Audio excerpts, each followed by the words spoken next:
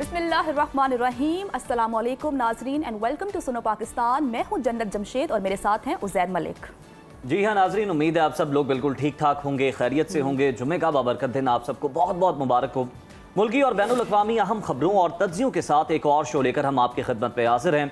उम्मीद करते हैं कि हमेशा की तरह आज का शो भी आपको पसंद आएगा। तो प्रोग्राम का बाकायदा हम आगाज़ करेंगे और जिक्र करेंगे सबसे बड़ी डेवलपमेंट का, जो कि खित्ते के अंदर हुई है। बिल्कुल, इसराइल और ईरान के दरमियान हम कशीदगी की बात करेंगे कि इसराइल के जंगी जुनून ने मशरिक़ वुस्ता को बड़े खतरे में फिर से डाल दिया है। इसराइल ने ईरान पर फजाई हमला कर दिया है। मीडिया रिपोर्ट्स जो सामने आ रही हैं उनके मुताबिक इसराइल ने ऑपरेशन राइजिंग लाइन में ईरान के जौहरी और फौजी दर्जनों मकामात को निशाना बनाया है।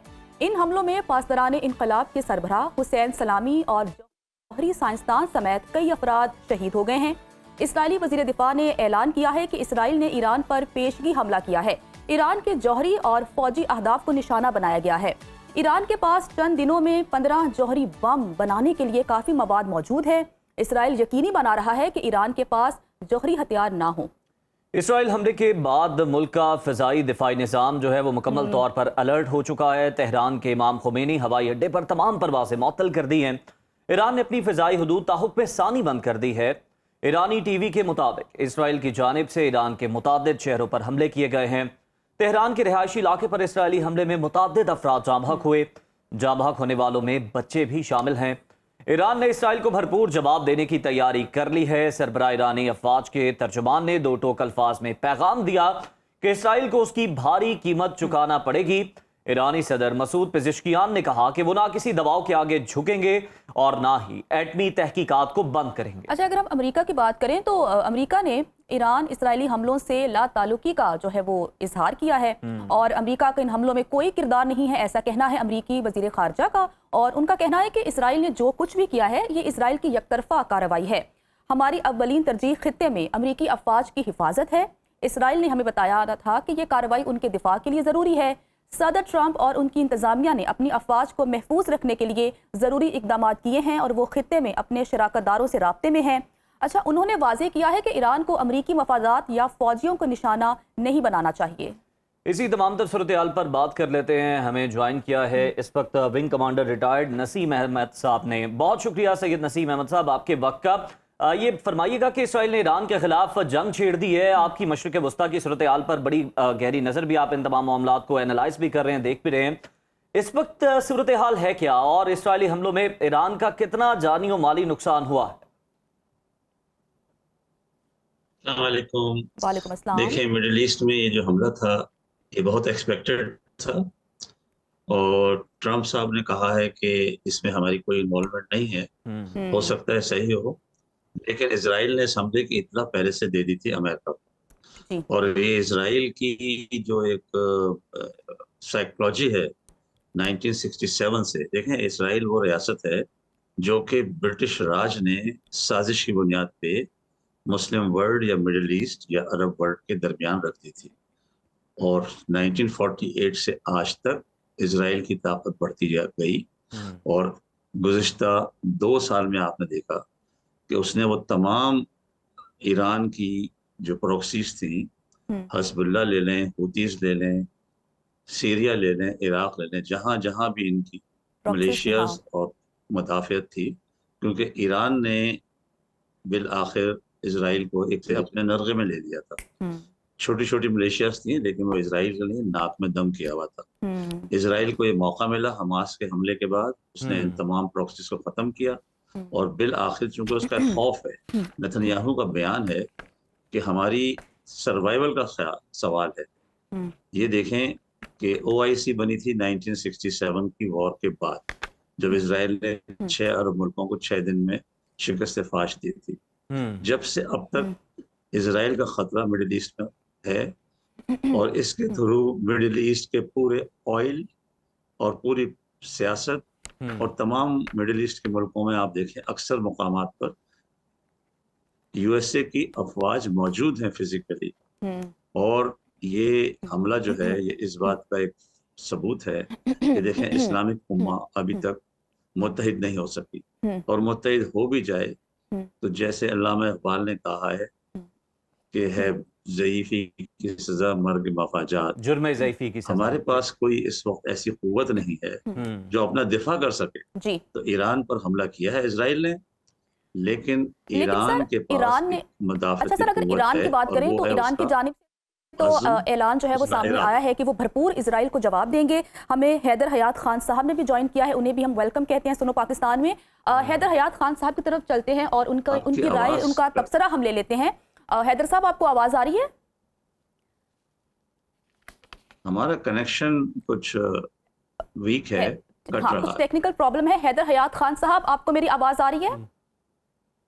चले हैदर हयात खान से राब्ता बहाल होता है तो मैं हम आपको सुन नहीं उनसे पा रहा। उनका तबसरा लेंगे, क्योंकि इस वक्त अगर हम जी, खित्ते की बिल्कुल। उज़ैर बात करें तो कशीदगी तो है, क्योंकि ईरान ने भी ऐलान किया है कि वो भरपूर जवाब देंगे। और हमने माजी में भी देखा है कि जब भी इसराइल ने इस तरह की कार्रवाई करने की कोशिश की है, आपको याद होगा कि इस्माइल हनिया को ईरान की सरजमीन पर शहीद किया गया, उसके बाद भी ईरान ने एक रद्द अमल दिया था।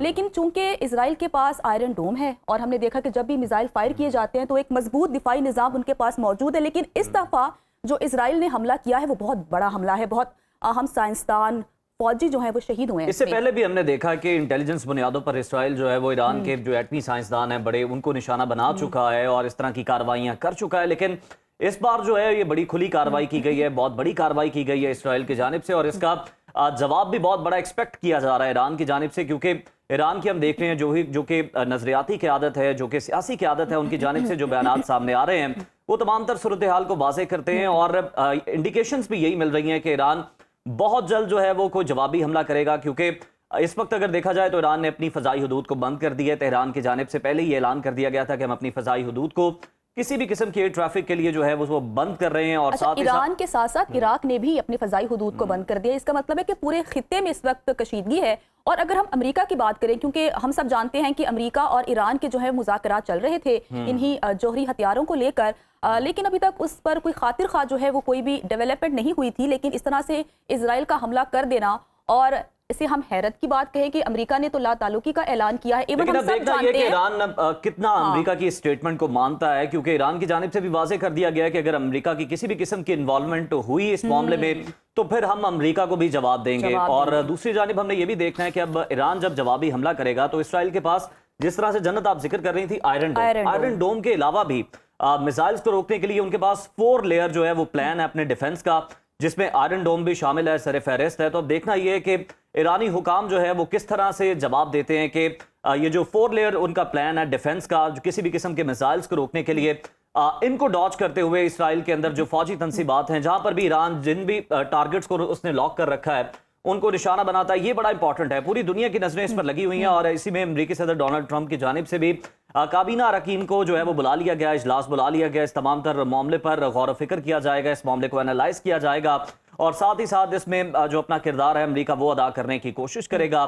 तो दूसरी जानिब अब हम देख रहे हैं कि ईरान की जानिब से जो है वो तमाम तर तैयारियां मुकम्मल की जा रही हैं जवाब देने के लिए। और जिस तरह से ये पहले से प्रेडिक्ट किया जा रहा था कि इसराइल जो है बड़े हमले की तैयारी कर रहा है, अमेरिका को भी आगाह कर दिया गया था। अब देखना यह कि अमेरिका ने इसमें कोई भी अपना जो रोल है वो प्ले करने से इनकार क्यों किया है, किसी भी किस्म का कोई किरदार अदा क्यों नहीं किया, खामोश क्यों रहा। यस, और अहम सवाल यह है कि हम सब जानते हैं कि इसराइल के पास इतनी बड़ी मिकदार में असलहा कहाँ से आता है, वो अमेरिका से लेता है। लेकिन अमेरिका का इस तरह से ला ताल्लुकी का ऐलान करना बहुत अहम सवाल इतना सादा नहीं है। उसके अलावा जैसे कि नसीम अहमद साहब बात कर रहे थे मुस्लिम उम्मा की, हम देख रहे हैं इसराइल कितने सालों से जो है वो अपनी बर्बरियत को जारी रखे हुए है गजा में। उसके बाद हमने देखा कि लेबनान में इसराइल ने क्या किया। अब ईरान के साथ जो इसराइल कर रहा है, इस पर क्या दुनिया खामोश रहेगी कि नहीं रहेगी। गजा में जो नस्ल कुशी का मंजर हम देख रहे हैं, हम देख रहे हैं जितने भी मुहज्जब ममालिक हैं वो आवाज उठा रहे हैं। आपको याद होगा कि ग्रेटा भी कश्ती लेकर गई थी, उनके साथ वहां पर क्या हुआ पूरी दुनिया ने देखा। अब ये ढकी छुपी बात नहीं है कि नेतन्याहू एक दरिंदा सिर्फ इंसान है, उसके सीने में दिल नहीं है, इंसानियत नहीं है। कभी वो गजा पर हम देखें तो मसला जो है ना वो सिर्फ जौहरी जो है मुआहदा उसका नहीं है, एटमी मुआहदे का मसला नहीं है। उसके अलावा भी जो इसराइल है उसको ईरान बड़ा खटकता है, क्योंकि आपने देखा कि गजा का जो मामला है उसको लेकर ईरान जो है वो बड़ा हमेशा से बोलता रहा है और फ्रंट फुट पे आता रहा है और बात करता रहा है, इसराइल के खिलाफ बयानात देता रहा है, कार्रवाइयां भी करता रहा है। जब हमने देखा कि इसराइल ने कार्रवाई की थी, इस्माइल हनिया को निशाना बनाया था, तो फिर ईरान की जानिब से भी मुतादिद मिसाइल्स जो थे वो फायर किए गए थे। इसके अलावा जो है इसराइल को अगर हम देखें तो ये बड़ा खटकता है कि ईरान जो है ये हमास के लिए क्यों बयानात देता है, हमास के लिए क्यों हमदर्दी रखता है, हमास के लिए क्यों नरम गोशा रखता है, बल्कि इसराइल तो एक कदम आगे बढ़कर ये इल्जाम लगाता है कि ईरान जो है ये सपोर्ट करता है हमास को और पूरी तरह से उन्हें जो है असला फराम किया जाता है, लेकिन इसके कोई शवाहिद मौजूद नहीं है, कोई सबूत देने से इसराइल कासिर है। इतनी इंटेलिजेंस के बावजूद सिर्फ बयानात हैं, सिर्फ बातें हैं, सिर्फ दावे हैं जो कि इसराइल की जानिब से सुनने को मिलते हैं। तो ईरान के खिलाफ जो है वो हम देखते हैं कि इसराइल जो है बहुत सारा जो अब कार्रवाइयां हैं वो कर सकता है, और इसराइल की नज़र में तो ईरान पहले से ही खटकता है, और साथ ही साथ पाकिस्तान भी जो है वो भी उसको एक आंख नहीं भाता। ईरान हमारी नेबर कंट्री है, हमारी सरहद ईरान से मिलती है। पाकिस्तान का क्या स्टैंड होगा वो भी बहुत अहम है। दफ्तर खारजा की जानिब से क्या बयान सामने आता है वो बहुत अहमियत का हामिल होगा। क्योंकि देखिए जन्नत, पाकिस्तान और ईरान के ताल्लुकात बड़े अच्छे, बड़े आइडियल हैं। एक तो बरादर इस्लामी ममालिक हैं, फिर हमसाया ममालिक हैं अगर आप देखें। और इसराइल की बात करें तो ईरान और पाकिस्तान एक पेज पर हैं। हम सब एक मानते हैं कि इसराइल वहां पर बर्बरियत जारी रखे हुए है, तो इस मामले पर हम एक पेज पर हैं। अब आपने देखा होगा कि ऑपरेशन बुनियानुल मरसूस की कामयाबी के बाद जब हमारे वज़ीर आज़म, जब हमारे field marshal army chief general Syed Asim Munir साहब ईरान गए तो सुप्रीम लीडर आयतुल्लाह खामनाई ने किस तरह से वेलकम किया, किस तरह से अप्रिशिएट किया पाकिस्तान को और पाकिस्तान की क़यादत को, मुसल्लह अफ़वाज की क़यादत को, सियासी क़यादत को, कि आपने अपने से बड़े दुश्मन को जो है धूल चटाई और बड़ी कामयाबी आपने समेटी है। और साथ ही साथ उन्होंने यकजहती का भी इजहार किया था और ये भी बताया था कि हर मुश्किल वक्त में हम आपके साथ हैं। ठीक है, तो हैदर हयात खान साहब से हम लोग बात करते हैं और उनका तबसरा लेते हैं। सबसे पहले तो हैदर साहब बहुत शुक्रिया सुनो पाकिस्तान को वक्त देने के लिए। अच्छा सर, कहिएगा कि तमाम तर सूरत हाल आपके सामने है कि किस तरह से इसराइल ने ईरान पर हमला किया है और बहुत बड़ा हमला ये लग रहा है। ईरानी हुकाम ने कहा है कि इसराइल को हम मुंह तोड़ जवाब देंगे। ईरान इस तमाम तो सूरत हाल में अब क्या कर सकता है, क्या तबसरा करेंगे आप, क्या राय देंगे आप इस पर? बिस्मिल्लाहिर्रहमानिर्रहीम, बहुत शुक्रिया आपका। देखें, ये चंद रोज पहले से जब ये अमेरिकी मीडिया ने रिपोर्ट किया और उससे पहले भी मीडिया पर ये चल रहा था कि ईरान के ऊपर इसराइल की जानिब से हमला किया जा सकता है, और इसके हवाले से इसराइल जो है वो अमेरिका को भी कम्युनिकेट कर चुका है। ईरान ने तो कैटेगोरिकली कहा था कि हम लोग खून का बदला खून से ही लेंगे, और अभी भी जो ईरानियन लीडरशिप से जवाब आ रहा है वो यही है कि खून का बदला खून से लिया जाएगा। अब मल्टीपल रिपोर्ट्स हैं, अभी चूंकि बिल्कुल चीजें बहुत तेजी से चल रही हैं, तो क्लैरिटी नहीं है कि कौन सी चीज है जिसके ऊपर यकीन किया जा सकता है। लेकिन इसमें कोई शक नहीं है कि ईरान अब भरपूर तरीके से इसराइल पर हमला करेगा, उससे जवाब लेगा। अभी जो नुकसानात हुए हैं ईरान को वो बहुत बड़े नुकसानात हैं। मेरा ख्याल है कि कुछ वक्त लिया जाएगा। जो बड़ी पोजीशंस पर फाइज लोग हैं जिनकी शहादतें हुई हैं इस इसराइली हमले के नतीजे में, उसके बाद सेकंड लीडरशिप जब तक कमांड संभालेगी उसके बाद ही शायद कोई हतमी और बड़ा फैसला कुन जवाब इसराइल को दिया जाएगा। इसराइल और अमेरिकन मीडिया जो कुछ रिपोर्ट कर रहा है, जो वेस्टर्न मीडिया रिपोर्ट कर रहा है, अगर वो बातें सच हैं तो इसमें कोई शक नहीं है कि इसराइल ने इस हमले के नतीजे में ईरान को बहुत बड़ा नुकसान पहुंचाया, बहुत गहरी चोट दी है।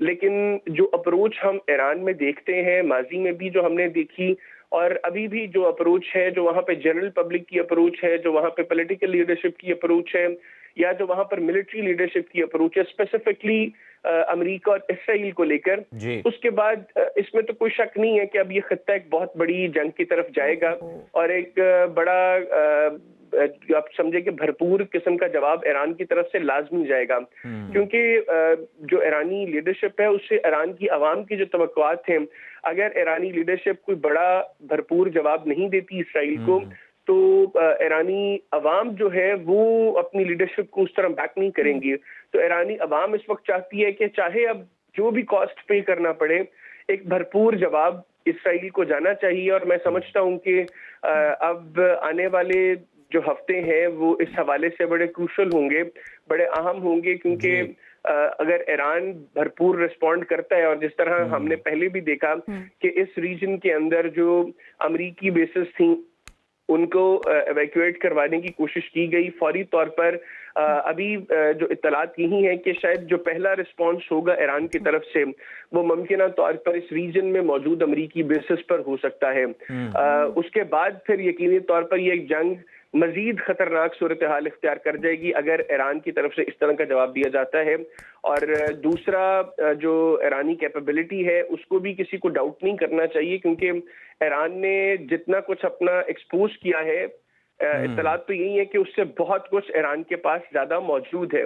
अब देखते हैं कि कुछ देर के बाद जब मजीद तफसीलात सामने बिल्कुल आएंगी, मजीद तफसीलात सामने आएंगी तो पिक्चर क्लियर होगी। हैदर, आप हमारे साथ ही मौजूद रहिए। ब्रिगेडियर रिटायर्ड मसूद अहमद खान साहब ने भी हमें ज्वाइन किया। बहुत शुक्रिया ब्रिगेडियर साहब आपके वक्त का।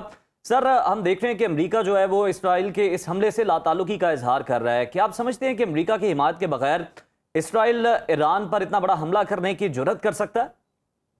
मेरा ख्याल में लाइकली चांसेस यही है कि अमेरिका के कंसर्न के बगैर किया है कि पिछले और चंद साल पहले इनकी कोशिश यही थी कि एक जॉइंट अटैक किया जाए ईरान पे, और जिसमें अमेरिका की मदद की कोशिश थी।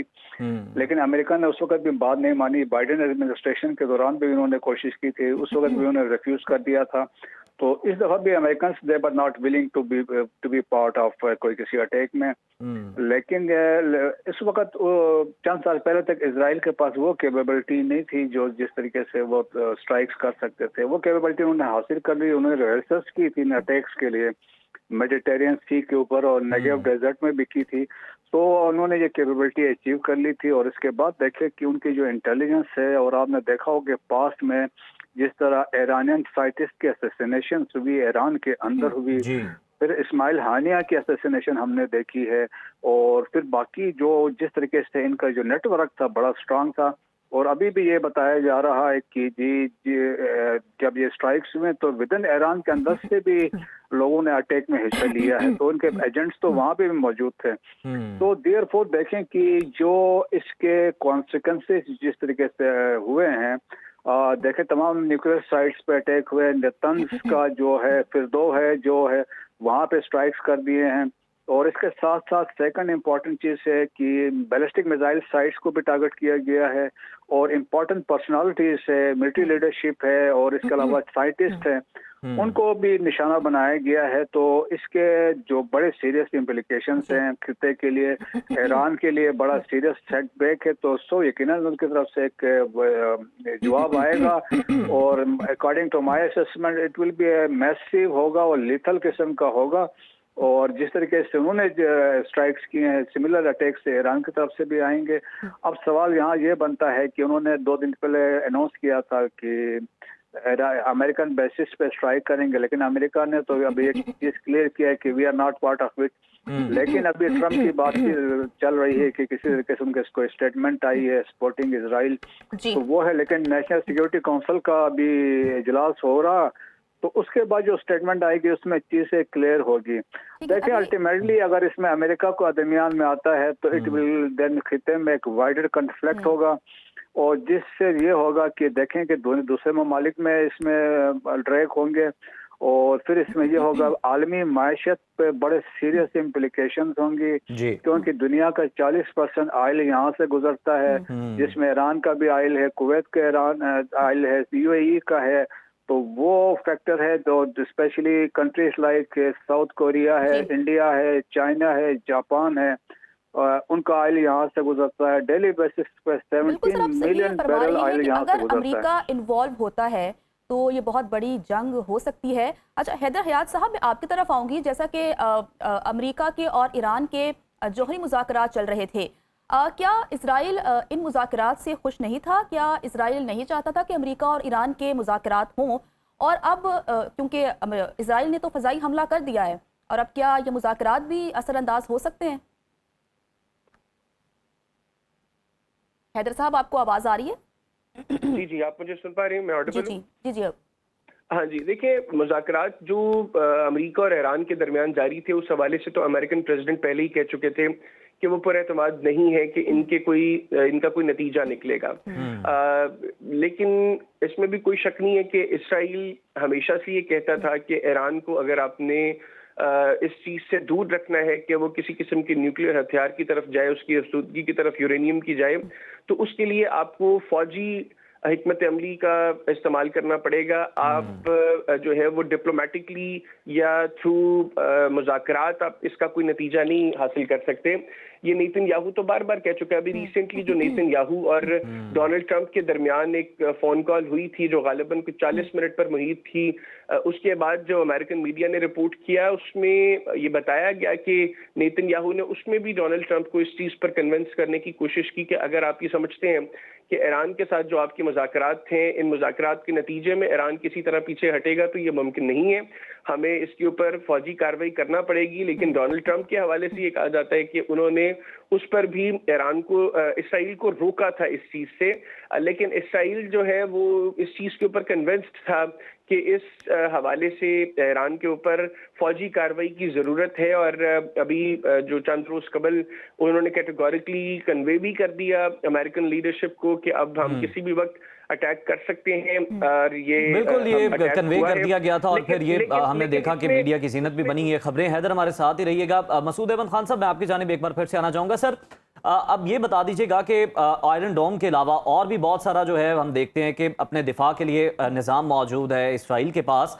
तो इस सूरत हाल में कौन से मुमकिन टारगेट हो सकते हैं जिनको ईरान हिट कर सकता है या जिनको ईरान की जानिब से लॉक किया गया होगा विद इन द इसराइल?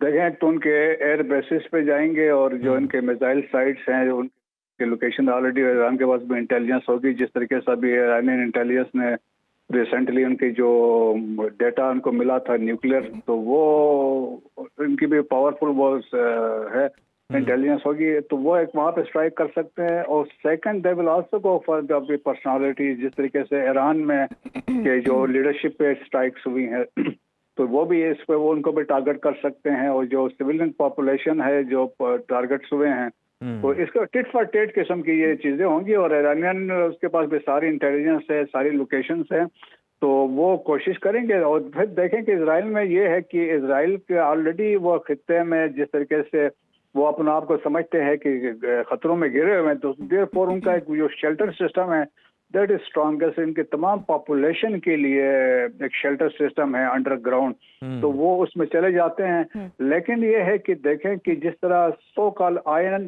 डोम वाला कंसेप्ट था वो मेरे ख्याल में बुलडोज लास्ट ईयर अक्टूबर में भी जब ईरान ने स्ट्राइक किए थे उस वक्त भी हुए थे। और फिर हमने 7 अक्टूबर को भी देख लिया था जब हमास ने अंदर चले गए थे, तो उन्होंने उस वक्त भी उसको बाईपास कर दिया था। तो ईरान के पास कैपेबिलिटी है और उनके पास मिसाइल सिस्टम जितने हैं, ऑलमोस्ट उनके तमाम मिसाइल जो हैं, चाहे वो अम्मात है, फतेह है या हज सुलेमानी है, वो स्ट्राइक से इजराइल को कर सकते हैं और ये स्ट्राइक करेंगे। चलिए, अब तो ये वक्त बताएगा कि ईरान क्या रिस्पॉन्स करता है। अच्छा ब्रिगेडियर साहब, ये बताइएगा कि जब पाक भारत कशीदगी चल रही थी तो हमने देखा कि ईरान काफ़ी मुतहरिक था और ईरान के जो वज़ीर ख़ारजा हैं उन्होंने पाकिस्तान का भी दौरा किया, भारत का भी दौरा किया, सालिसी की पेशकश की। अब चूंकि ईरान हमारा हमसाया मुल्क भी है, पाकिस्तान इसमें क्या किरदार अदा कर सकता है इलाकाई तौर पर या सिफारती तौर पर? क्या कुछ पाकिस्तान कर सकता है? देखें जी, जब लास्ट ईयर भी अगर आपको याद हो अक्टूबर में जब वाक़या हुआ था उस वक्त भी पाकिस्तान ने बड़ी स्ट्रॉन्ग स्टेटमेंट दी थी और इजराइल के हमलों को कंडेम किया था। तो अभी भी पाकिस्तान ईरान के साथ खड़ा होगा, हमारा बरादर इस्लामी मुल्क है। और जिस तरीके से जब हमारी एस्केलेशन में थी इंडिया के साथ, तो उनके ईरान का बड़ा इसमें एक रोल किरदार था। उनको डीएस्केलेशन के लिए वो पाकिस्तान भी, उनके फॉरेन मिनिस्टर है, इंडिया भी वहाँ पे गए थे। तो मेरे ख्याल में पाकिस्तान का बड़ा एक वाज़ेह मौक़िफ़ है कि देखें किसी भी मुल्क का जब आपके टेरिटोरियल इंटीग्रिटी और सॉवरेनिटी वायलेट होती है, इस केस में ईरान की दोबारा हुई है, तो ईरान के पास हक है कि वो इसका जवाब दे। और दूसरा, हम यकीनन पाकिस्तान चाहेगा यूनाइटेड नेशन सिक्योरिटी कौंसिल अपना किरदार इस पे अदा करे। यूनाइटेड नेशन सिक्योरिटी कौंसिल का एक इमरजेंसी सेशन कॉल करना चाहिए, पाकिस्तान इसमें अपना किरदार अदा कर सकता है।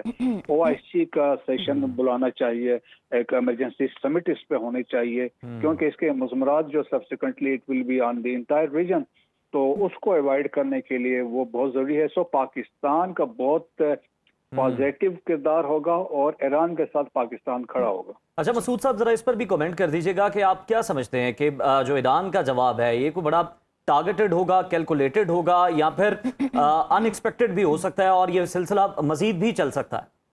देखें, अनएक्सपेक्टेड भी हो सकता है जिस तरीके से अभी इजराइल ने किया। इजराइल से देखें, इजराइल ने जिस तरह लास्ट टाइम आपने देखा सुना होगा वो पेजर वाला अटैक जब उन्होंने किया था तो उसकी बड़ी प्लानिंग हुई। फिर आपने यूक्रेन में भी एक सिचुएशन देखी जब उन्होंने ड्रोन्स के साथ 4,500 मील अंदर जाके हमले किए।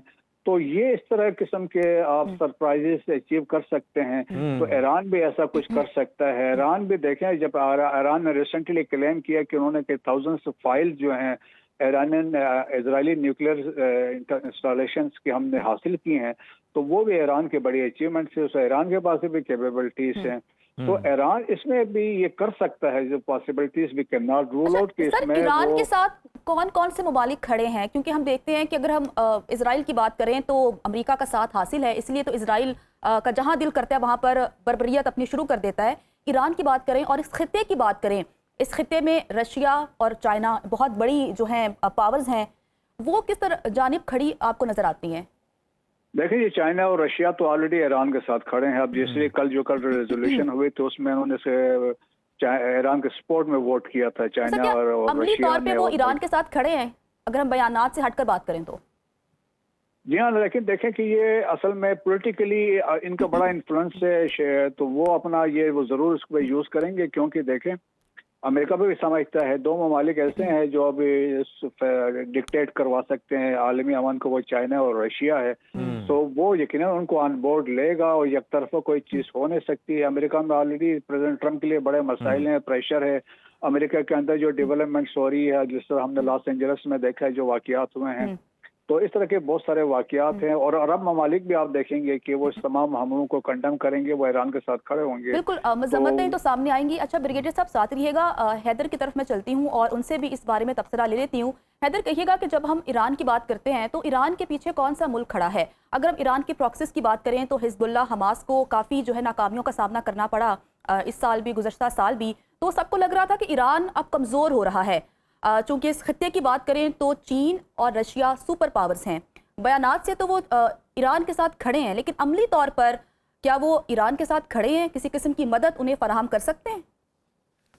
मदद जो है वो, अगर आप ये कहें कि चीन और रूस डायरेक्टली आकर अपनी फौजें भेजकर ईरान की मदद करें या अपने मिसाइल सिस्टम्स ईरान को दे दें, तो ऐसा तो नहीं होगा।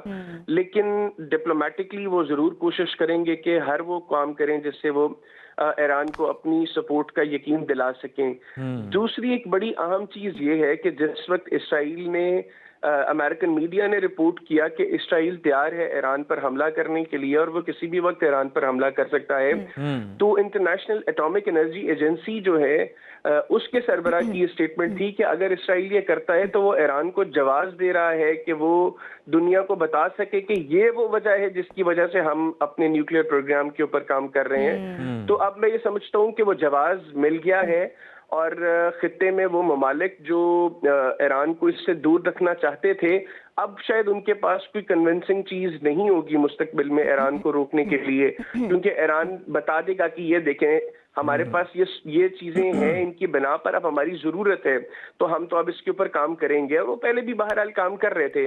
दूसरी अहम चीज जो आपने ईरानियन प्रॉक्सीज की बात की, मैं ये समझता हूँ कि ये बात हकीकत है कि ईरानियन प्रॉक्सीज को काफी नुकसान पहुंचा है, हमास को नुकसान पहुंचा है, हिजबुल्लाह को बहुत नुकसान पहुंचा है।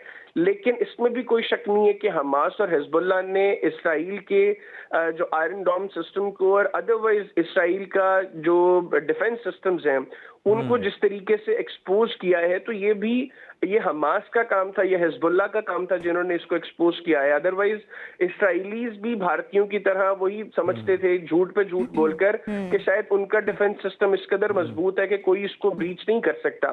तो वो हमास ने किया, वो हिजबुल्लाह ने किया। बिल्कुल, हमास और हिजबुल्लाह ने जो गुरूर का बुत था ना इसराइल का, जो आयरन डोम और इस तरह की टेक्नोलॉजी का ऐलान किया जाता था, उसको काफी हद तक नुकसान भी पहुंचाया, तोड़ा भी है। हैदर, हमें जरा ये भी बता दें कि हम बात कर रहे थे कि मीडिया ये रिपोर्ट कर रहा था आलमी के ये अटैक हो सकता है और अमेरिका से राब्ता किया इसराइल ने। अब की क्या सूरत हाल है? अब आलमी मीडिया इस मामले को किस तरह से ले रहा है? क्या रिपोर्ट किया जा रहा है कि ईरान का कितना नुकसान हुआ है? किस तरह से जो फौजी और जो सिविल है आबादी उसको निशाना बनाया गया, फौजी तंसीबात को निशाना बनाया गया, और ईरान की अब क्या तैयारी है? इस हवाले से क्या रिपोर्टिंग हो रही है? इंटरनेशनल मीडिया तो सिर्फ यही बता रहा है कि ये 5 मरहलों में 8 मकामात पर हमले किए गए हैं। ईरान में इस वक्त मसला ये है कि जो बड़ी इनकी लीडरशिप इस हमले के अंदर शहीद हुई है, जिस तरह पासदारान इनकलाब के सरबराह जनरल हुसैन सलामी वो शहीद हो गए हैं, फिर जनरल गुलाम अली राशिद, उनकी जो जौहरी एजेंसी के साबिक डायरेक्टर हैं वो इसमें हुए हैं शहीद, न्यूक्लियर साइंसदान मोहम्मद मेहदी वो भी इस हमले के अंदर शहीद हुए हैं। तो अब ईरानी सुप्रीम लीडर ने तो अपनी स्टेटमेंट दे दी है कि इसराइल अब सख्त सजा का इंतजार करे, अब एक भरपूर हमला ईरान की तरफ से किया जाएगा और खून का बदला वो कहते हैं कि हमने तो खून से लेना है। लेकिन इसमें भी कोई शक नहीं है कि जिस तरह ब्रिगेडियर साहब बता रहे थे कि जो माजी में ईरान ने जिस तरीके से ईरान के अंदर इसराइल ने कार्रवाइयां की, तो उसमें ईरान के अंदर लोग मौजूद थे जिन्होंने समहाउ फैसिलिटेट किया इसराइल को। तो इसमें भी मुस्तकबिल में जब चीजें सामने आएंगी तो क्वाइट पॉसिबल इन अटैक्स के पीछे भी जो है वो वहां पे लोकल्स जो फैसिलिटेट कर रहे हो इसराइलीज को वो हो सकते हैं, क्योंकि जिस वक्त इस्माइल हनिया को टारगेट किया गया था उसके बाद अगर ईरान एक किसी और तरह का जवाब देता इसराइल को तो शायद नौबत यहाँ तक ना आती। जो एक सीरीज ऑफ इवेंट्स हैं इंक्लूडिंग इस्माइल हनियाज शहादत, वो सब बताते हैं कि इसराइल ने भी समहाउ जो है वो वक्तन फवक्तन देख कर चीजों को यहाँ तक पहुंचा कि उसने अब इस तरीके का अटैक किया है। लेकिन अब मैं समझता हूँ कि इस अटैक के बाद ईरान के पास अब कोई और ऑप्शन नहीं है मासिवाय इसके कि वो एक भरपूर जवाबी कार्रवाई करे इसराइल के खिलाफ।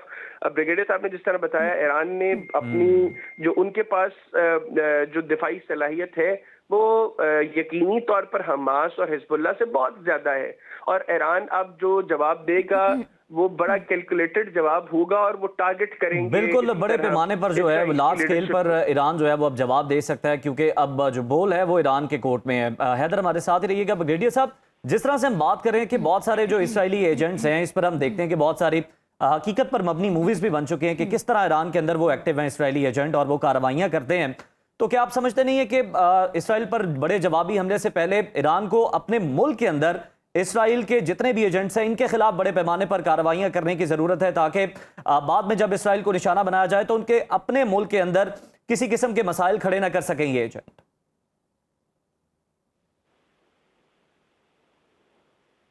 ब्रिगेडियर साहब, आपको आवाज आ रही है? मसूद साहब, आप हमारे साथ मौजूद हैं? ब्रिगेडियर रिटायर्ड मसूद अहमद खान साहब हमारे साथ मौजूद हैं, उन तक आवाज़ हमारी नहीं पहुंच पा रही। हैदर हयात खान जो है वो भी हमारे साथ मौजूद हैं और अपना तज्जिया दे रहे थे, और साथ ही साथ जो तमाम तर सूरत हाल है वो हमने आपके सामने रखी है। अभी एक ब्रेक शामिल करते हैं, ब्रेक के बाद दोबारा हाजिर होंगे तो इस मसले पर मजीद गुफ्तगू करेंगे। देखते रहिए सुनो पाक। ब्रेक के बाद सुनो पाकिस्तान में आपको खुशामदीद कहते हैं। हम बात कर रहे हैं कि इसराइल ने ईरान पर बड़ा हमला कर दिया है, जिसके बाद ईरान में नेशनल सिक्योरिटी काउंसिल का इजलास जारी है, जबकि ईरान ने कह दिया है कि इस दफा इसराइल को भरपूर जवाब दिया जाएगा। चंद ही घंटों के बाद मालूम हो जाएगा कि इजलास में क्या फैसले हुए हैं और ईरान क्या करने जा रहा है। इसी तमाम तर मामले पर बात करने के लिए हमारे साथ साबिक सफीर नाइला चौहान साहिबा मौजूद हैं, उन्हें शामिल गुफ्तगू कर लेते हैं। नाइला, बताइएगा कि तमाम सूरत हाल आपके सामने हैं, खित्ते में कशीदगी का आलम है, ईरान इसराइल आमने सामने आ चुके हैं, भरपूर जवाब देने का फैसला कर लिया है। आगे आने वाले दिनों में क्या सूरत हाल आप देख रही हैं? खित्ते में क्या कुछ हो सकता है? देखिए, आने वाले जो रोज हैं वो बहुत ही नाजुक हैं। अभी जो है ईरान और अमेरिका की टॉक्स होनी थी 16 तारीख को। मेरे ख्याल में ये हमला इसलिए किया गया है कि टॉक्स को डिरेल किया जाए, क्योंकि इसराइल नहीं चाहता कि ईरान जो है वो अपने न्यूक्लियर जो प्रोग्राम है उसके ऊपर अमेरिका से कोई अमन कर सके। कॉन्सिक्वेंटली ये इनकी शरारत है। मेरे ख्याल में ईरान जो कि इतना माशाल्लाह जब्बर और इतना तहम्मुल वाला मुल्क है, वो एकदम जवाब नहीं देंगे। नाइला साहबा, पहले इस नुक्ते को एक्सप्लेन कर लेते हैं जिसकी आपने बात की है कि ये तमाम तर जो मुज़ाकरात हैं इसराइल इनको सबूताज करना चाहता है। दूसरा एंगल क्या इसका ये भी हो सकता है कि अमेरिका की मां पर इसराइल का ये जो हमला है, हो सकता है कि अमेरिका की मां पर और इसलिए हो कि जब ये टॉक्स होंगी तो इसमें जो ईरान की पोजीशन है उसको थोड़ा सा कमजोर किया जा सके। नहीं, आपकी बात दुरुस्त है, लेकिन मेरे ख्याल में ये इस वक्त नहीं, बिकॉज अमेरिका ने कैटेगोरिकली कह दिया, मार्को रूबियो ने कहा है कि उनका इस अटैक में कोई लेना देना नहीं है। और अभी ट्रम्प साहब ने आज इमरजेंसी मीटिंग भी 11 बजे बुलाई है अपनी कैबिनेट की, तो उस पर भी बहुत डिपेंड करता है कि वो कैबिनेट डिसीजन क्या लेते हैं। हो सकता है कि इजराइल को वो आइसोलेट कर दें, क्योंकि पहले भी उन्होंने हमास से डायरेक्टली गुफ्तगू शुरू कर दी थी जिसमें नेतन्याहू बहुत परेशान था। तो अगर आज की जो कैबिनेट मीटिंग है वो इजराइल के खिलाफ जाती है तो फिर इजराइल बहुत कमजोर हो जाएगा, क्योंकि वो जितना दंदनाता है वो अमेरिका की मिलिट्री एड पे करता है। और अगर डोनाल्ड ट्रंप साहब जो है उसके खिलाफ फैसला दे देते हैं तो फिर इजराइल को लेने के देनी पड़ जाएंगे। अच्छा नायला साहबा, अगर हम इसराइल की बात करें तो एक बहुत अहम बयान उनका सामने आया कि हमारी जो जंग है वो ईरान में जो आमरीत है उसके खिलाफ है, अवाम के खिलाफ नहीं है। हम सब जानते हैं कि ईरान में एक बहुत बड़ा इनकलाब आया था और उस इनकलाब के बाद की जो सूरत हाल है वो हमारे सामने है। सवाल मेरा आपसे ये है कि इसराइल ने जो हमला किया है वो सिर्फ जौहरी हथियारों की बिना पर जो उनके खिलाफ ये हमला था, या फिर जो मौजूदा सियासी सिस्टम है ईरान का उसके खिलाफ भी था? देखिए, ये सिर्फ फिफ्थ जनरेशन वॉरफेयर प्रोपेगेंडा है। आपको याद होगा मोदी साहब ने भी स्पीच की थी पाकिस्तानी जवानों को, और उन्होंने कहा था रोटी खाओ वरना मेरी गोली है। याद है आपको? जी जी जी बिल्कुल याद है। तो वो अवाम को गुफ्तगू कर रहे थे कि तुम्हारी हुकूमत गलत है, इसलिए हम अवाम से बात कर रहे हैं। ईरान के साथ ये नेतन्याहू की भी वही स्ट्रेटजी है कि वो अवाम को कह रहे हैं ताकि वो मुल्क मुत्तहिद होके इनके खिलाफ खड़ा ना हो सके, उनके अंदर शक में जो है वो दरारें पड़ जाए। ये जिस तरह शैतान काम करता है ना, वसवसे डाल के। बिल्कुल, हम ये तो पहले दिन से कह रहे हैं कि मोदी हो या नेतन्याहू हो वो एक ही प्रोसेस से काम करते हैं। अच्छा ये कहिएगा, अमेरिका की हम बात कर लें तो अमेरिका ने तो अभी तक तो ला ताल्लुकी का ऐलान किया है, लेकिन हम सब जानते हैं कि इजराइल का सबसे बड़ा सपोर्टर अगर कोई है तो वो अमेरिका है। तो आपको लगता है कि वाकई में अमेरिका की पुष्टपनाही इजराइल को हासिल नहीं थी? इस एक्शन में शायद नहीं थी। पुष्पनाही वो करते रहे हैं, और उनकी जो डिफेंस एग्रीमेंट है वो बाइडेन जमाने की है, जो कि 2028 तक वैलिड है। अभी हम 2025 में हैं, 3 साल अभी मजीद उसकी वैलिडिटी है। लेकिन अब जो इनकी कैबिनेट मीटिंग होगी ट्रंप साहब की, उसमें वो क्या फैसला करते हैं उससे बातें ज्यादा वाज़ेह हो जाएंगी। आपको लगता नहीं है कि इस बिना पर जो इजराइल और अमेरिका के ताल्लुकात हैं वो खराब हो सकते हैं अगर अमेरिका की पुष्टपनाही हासिल नहीं की तो? अच्छा, और यही इजराइल को परेशानी है और इसीलिए उसने ये शरारत की है। अच्छा सर, कहिएगा नायला साहबा कि इजराइल ने तो शरारत की है, लेकिन ये शरारत बहुत बड़ी जंग में तब्दील हो सकती है। खित्ते की अगर हम बात करें तो हमने पाकिस्तान भारत का तनाज़ा देखा, दूसरी जानिब हम देख रहे हैं यूक्रेन और रशिया के दरमियान क्या चल रहा है। यूक्रेन ने एक बहुत बड़ा अटैक रशिया पे किया है, रशिया भी कह रहा है भरपूर जवाब देंगे। अब ईरान और इसराइल के दरमियान भी एक जंग की कैफियत जो है वो बन चुकी है। आपको नहीं लगता कि ये खिता इस वक्त मुश्किल में है या जंग की हालत में है? देखिए, जंग की हालत और चीज है, मुश्किल और चीज है। जंग की हालत में आप आए तो आपने दुश्मन को ऐसा मुंह तोड़ जवाब दिया कि अब वो आराम से बैठ गए हैं। इधर भी जो है इंशाल्लाह हक को अल्लाह जो है कामयाबी देगा। ये सिर्फ शरारत है, और ये शरारत इनको प्रोवोक इनके लीडर्स को मार के अवाम को बताना चाहते हैं कि हम तुम्हारे साथ हैं, लेकिन हम तुम्हारे लीडर्स को नहीं पसंद करते। नायला साहब, बिल्कुल आप कह रही हैं कि ये शरारत है। अगर हम देखा जाए तो दोनों ममालिक को देख लें, ईरान को देख लें, इसराइल को देख लें, इनके जो हिमायत याफ्ता जो इनके हिमायती ममालिक हैं, आपको क्या लगता है कि वो किस तरह से अपनी सपोर्ट जो है वो शो करेंगे और किस हद तक? ये डिपेंड करता है कि बात आगे कितनी जाती है। एक तरफ तो आपका अब्राहम अकॉर्ड है, आपको याद होगा जी, जिसमें ये 4-5 ममालिक ने इजराइल को रिकग्नाइज किया हुआ है, और उस रिकग्निशन में ये भी होगा कि वो आपस में लड़ेंगे नहीं। लेकिन ये है कि अगर ये बात बढ़ाते हैं, इजराइल इस बात को जो है बढ़ाता है, तो फिर मेरा ख्याल है पूरी दुनिया का नक्शा बदल जाएगा। अच्छा नायला साहबा, खित्ते के अलावा पूरी दुनिया पर इस तरह की जो कशीदगी है इसके क्या असरात मुरतब होंगे? स्टॉक एक्सचेंज में अगर हम देख लें, तेल की सप्लाई में देख लें, उसके अलावा अगर हम मौशी सतह पर देख लें, तो ओवरऑल क्या असरात मुरतब होंगे? पूरी दुनिया को क्या फेस करना पड़ेगा अगर ये मामला कंट्रोल नहीं होता तो? देखिए, कब्र वक्त है इसके आसराई में, हमें थोड़ा टाइम लेना चाहिए। पहले देखते हैं कि आज की जो ट्रंप साहब की कैबिनेट मीटिंग है उसमें क्या फैसला होता है, और फिर देखते हैं कि क्या 16 तारीख की जो मीटिंग शेड्यूल्ड है क्या वो होती है, नहीं होती, और अगर होती है तो उसके क्या नताइज निकलते हैं।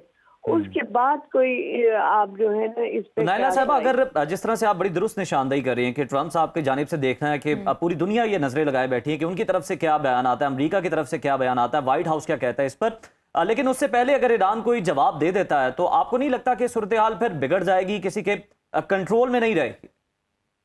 ये बात ईरान समझता है, इसलिए मैं मुतवक्किल हूँ कि वो 16 तारीख से पहले जवाब नहीं देंगे। अभी तो वो ये देखेंगे कि कैबिनेट मीटिंग जो है अमेरिका में। अच्छा नायला साहब, जरा ब्रीफली बता दीजिएगा, ब्रेक का वक्त हो गया, लेकिन मैं जानना चाह रही हूँ कि अगर इस तमाम सूरत हाल के बाद अमेरिका और ईरान के दरमियान मुज़ाकरात होते हैं तो ईरान के पास अब जवाब है कि इसराइल का जब दिल करता है हम पर अटैक कर देता है, तो हमारे पास तो अपने दिफा के लिए जोहरी हथियार होने चाहिए। बिल्कुल, तो ईरान का मौक़िफ़ और स्ट्रांग हो जाता है। अब तक तो अमेरिका कह रहा था ना कि नहीं आप ये इसको वेपनाइज नहीं कीजिएगा। अब नहीं पता दुनिया को कि क्या ईरान वाकई ही वेपनाइज हो चुका है या सिर्फ वो पीसफुल लेवल तक है। IAEA की रिपोर्ट्स के मुताबिक, क्योंकि ईरान NPT का सिग्नेटरी है, तो उन्होंने इस NPT की वायलेशन नहीं की थी, वो NPT के मुताबिक चल रहे हैं। लेकिन अगर इन टॉक्स में जो है मुस्बत नतीजा नहीं निकलता तो फिर ईरान के पास न्यूक्लियराइजेशन का जवाब हो जाएगा और मेरे ख्याल में उनकी काबिलियत बिल्कुल। और हम तो दुआ गो हैं कि जंग ना हो, हम तो अमन के सपोर्टर हैं, हम मुज़ाकरात के सपोर्टर हैं और हम चाहते हैं कि खित्ते में किसी किस्म का कोई भी जो है अफसोसनाक हादसा या वाकया ना हो। हम दुआ गो हैं। ब्रेक का वक्त हो गया, ब्रेक के बाद वापस आएंगे, आप देखते रहिए सुनो पाकिस्तान। ब्रेक के बाद दोबारा से आपको प्रोग्राम में खुशामदीद कहते हैं और मौजूदा सूरत हाल की ही मजीद भी बात करेंगे। इस वक्त पूरी दुनिया की नजरें लगी हैं अमरीका पर और साथ ही साथ ईरान पर कि ईरान अब किस तरह का जो है वो जवाब देता है इसराइल को, और इसराइल भी इसके लिए मुकम्मल तौर पर हम देख रहे हैं तैयार हैं और अपने शहरियों के लिए इसराइल की जानिब से हिदायत भी जारी कर दी गई हैं उनको महफूज रखने के लिए। इसी तमाम तर सूरत हाल पर बात करते हैं हमारे आलमी उमूर मंसूर जाफर साहब ने हमें ज्वाइन किया, साथ ही साथ दिफाई तज्जियाकार और तहरीक जवानान पाकिस्तान अब्दुल्ला हमीद गुल साहब भी हमारे साथ मौजूद हैं। मंसूर साहब, सबसे पहले मैं आपसे जानना चाहूंगा कि इस वक्त अगर हम देखें तो जो इसराइल की जानिब से हमला किया गया है और तवक्को की जा रही है ईरान की जानिब से जवाब दिए जाने की, जो कि ईरान का हक भी है, इसके बाद खित्ते में और पूरी दुनिया पर इसके क्या असरात मुरतब होते आप देख रहे हैं आने वाले दिनों में?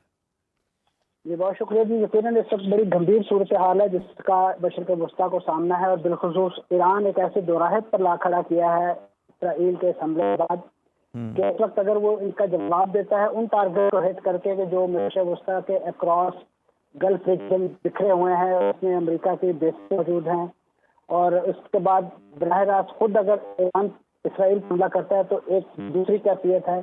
आया पहले सिनेरियो में अगर ईरान जो है ममालिक पर उन बेसिस पर हमला करता है जहाँ तक अमरीकी अड्डे मौजूद हैं और खासतौर पर गल्फ कंट्रीज के अंदर, तो आया वो मुल्क ईरान के इस रद्द-ए-अमल को अपनी सालमियत या अपनी सलामती के हवाले से कोई खतरा या हमला महसूस करते हैं, या वो इसे ईरान का एक लेजिटिमेट राइट ऑफ डिफेंस जो है वो तस्लीम करते हुए किसी ऐसी इंटरनेशनल डिप्लोमेटिक एफर्ट का हिस्सा बनते हैं कि जो खत्ते को मजीद इस खत्ते में इस जंग के मजीद फैलने से रोकने के लिए जो है वो आगाज कर सके उन कोशिशों का।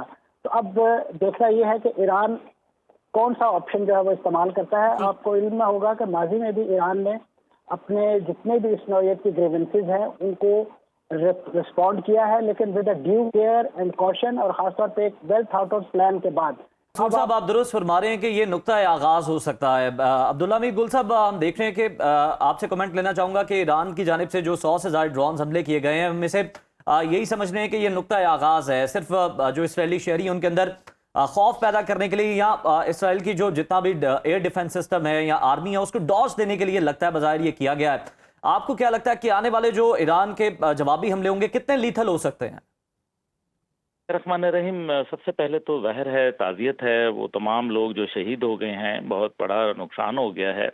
और एक बात तो इसमें बड़ा वाज़ेह है कि एक बहुत बड़ा सिक्योरिटी ब्रीच था और ये हमने मुतअद्दिद बार देखा जब इस्माइल हानिया को शहीद किया गया और बाकायदा जिस तरह से मसूद पज़ेश्कियान की उनकी सदर साहब की जो वो था ओहदे की उसके ऊपर कुर्सी मसनद के ऊपर वो बैठ रहे थे, तो मसनद इक़्तिदार जब संभाला तो उस टाइम पे हमला करना और इतने सिक्योरिटी के ऊपर, जबकि दुनिया का वो मोस्ट वांटेड आदमी था और उसके ऊपर ज़ाहिर है उनकी सिक्योरिटी भी उसी हिसाब से होनी चाहिए थी। तो फिर वो इसका मतलब है कि बताया इसमें तो कोई राय नहीं है कि अभी जिस तरीके से हम देख रहे हैं, जनरल सलामी को जो है वो शहीद किया गया, जनरल बाकरी को शहीद किया गया, उनके जो पासदारान के जो लीडर हैं वो उनके चीफ जो हैं वो शहीद हो गए, उधर आर्मी के चीफ को जो है वो शहीद किया गया, अभी जनरल अहमदी को जो है वो पासदारान इनकलाब का जो है वो सरबराह मुकर्रर किया गया है, और एक और को गालिबन जो है वो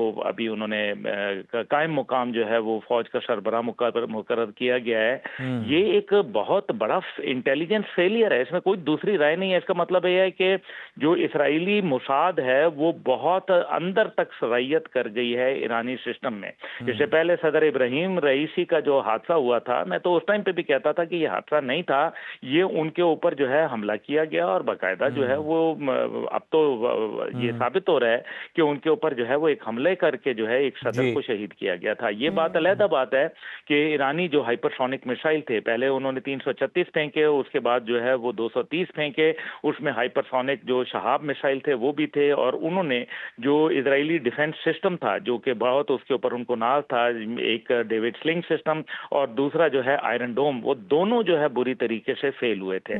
और लेकिन जो खातिर खा नुकसान था वो उतना। अब आपने जो ड्रोन की बात कही है, ये 100 से ज्यादा ड्रोन जो है ये इजरायली फौज खुद कंफर्म कर रही है कि उनकी तरफ जो है वो निकल पड़े हैं, लेकिन देखना यह है कि 200 से ज्यादा जहाजों ने जो है इस ऑपरेशन के अंदर हिस्सा लिया।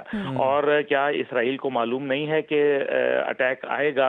तो अटैक तो आएगा, लेकिन लगता यह है कि जिस तरीके से जो किरमनशाह की तरफ जो मिसाइल ओपनिंग्स थी, यानी कि जिस जगह से उन्होंने मिसाइल जो है वो निकालने थे, जो सुरंगें वो दिखाते हैं और टीवी के ऊपर उनके बड़े मनाजिर जो है वो देखते हैं। आप बहुत अहम नुक्ता उठा रहे हैं इंटेलिजेंस फेलियर का, और इससे पहले जब आपने इस्माइल हनिया की बात की, एक अहम शख्सियत थी जो कि ईरान में मौजूद थी, उन पर हमला होना बिल्कुल एक इंटेलिजेंस फेलियर है, और जो अभी इजराइल ने हमला किया वो भी बहुत बड़ा इंटेलिजेंस फेलियर है। साथ ही रहिएगा, अहमद हसन अल अरबी साहब ने हमें ज्वाइन किया है, दिफाई तज्जियाकार हैं, इन्हें भी शामिल गुफ्तगू कर लेते हैं।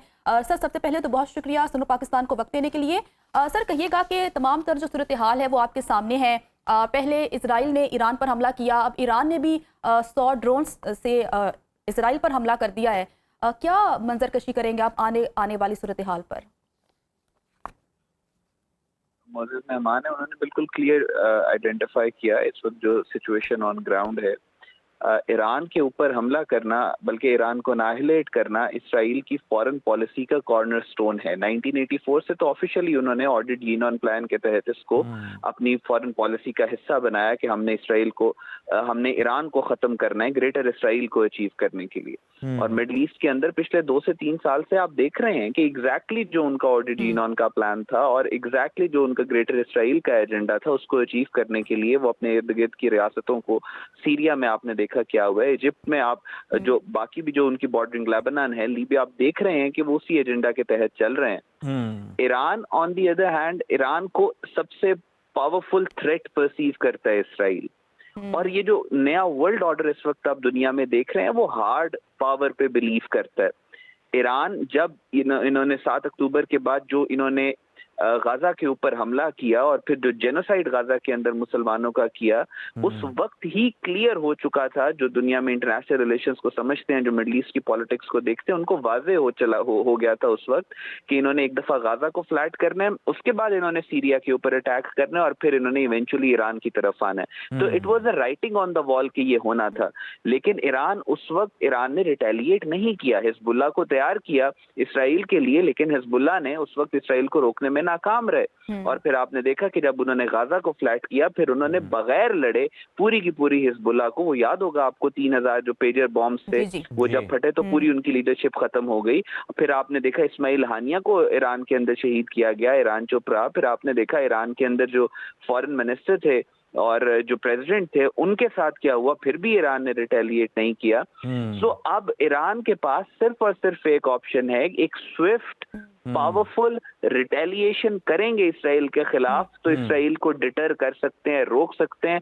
Otherwise at the will it will become a new normal. Israel जब चाहेगा ईरान के ऊपर हमला करेगा। पॉइंट उठाया है कि इतना कुछ हो गया लेकिन ईरान की जानिब से उस तरह से रिटेलिएट नहीं किया गया। अगर हम इब्राहिम रईसी साहब की बात करें, उनकी शहादत के बाद हेलीकॉप्टर जो हादसा पेश आया था, जो नए सदर आए थे, क्या आपको लगता है कि वो उस तरह से रिटेलिएट नहीं करना चाहते या वो नहीं कर पा रहे हैं? इस पर आप क्या कमेंट करेंगे? जी मल्टीपल फैक्टर्स हो सकते हैं, मल्टीपल फैक्टर्स हैं इसके अंदर। उनके आने उस सदर के आने से पहले भी तो रिटेलिएशन, उस तरीके की रिटेलिएशन, जो कि देखें रिटेलिएशन का एक कॉन्सेप्ट होता है, रिटेलिएशन होती है डिटर करने के लिए।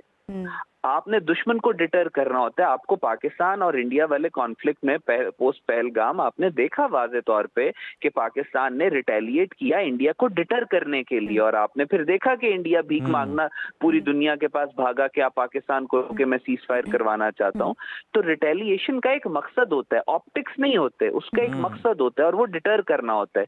ईरान को उतनी रिटेलिएशन करनी है जितनी इसराइल को डिटर करने में कामयाब हो सके। वो पहले कर देते तो अब ये ना होता, लेकिन अब वाज़े नजर आ रहा है, नेतन्याहू ने कहा है कि दिल कंटिन्यू टू स्ट्राइक ईरान जब तक कि वो उनके न्यूक्लियर प्रोजेक्ट को खत्म नहीं कर देते, जिसका मतलब ये है आसान अल्फाज में कि जब तक वो ईरान को तोड़ नहीं देते। बिल्कुल, न्यूक्लियर जो सिस्टम है ईरान का वो बड़ी देर से जो है इसराइल को खटकता है। उसके बारे में जो है हम देखते हैं कि बयानात भी आते हैं, कार्रवाइयां भी की जाती हैं। अब्दुल्ला मीर गुल साहब, मैं आपकी जानिब आऊंगा। जिस तरह से बात हो रही थी ईरान के जौहरी निज़ाम के हवाले से, तो हमने पहले भी देखा था कि ईरानी जौहरी प्रोग्राम के जो बानी थे मोहसिन फ़खरीज़ादे, उनको निशाना बनाया गया जिस तरह से इंटेलिजेंस के जरिए, और साथ ही साथ उसके बाद अगर हम देखें तो एक पूरी सीरीज है कि किस तरह से निशाना बनाया गया जनरल कासिम सुलेमानी को, जो कि आयतुल्लाह खामनाई के बाद बड़े मजबूत शख्सियत तस्वुर किए जाते थे।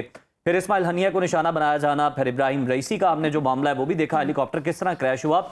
आपको क्या लगता है कि इसराइल क्या समझता है कि ये शख्सियात ज्यादा मजबूत हैं, इनसे उन्हें ज्यादा खतरा है, या फिर ईरान का जो निज़ाम है, जो उसके पास सिस्टम है, जो उसके पास हथियार हैं, अब वो बड़ा खतरा है इसराइल के वजूद के लिए?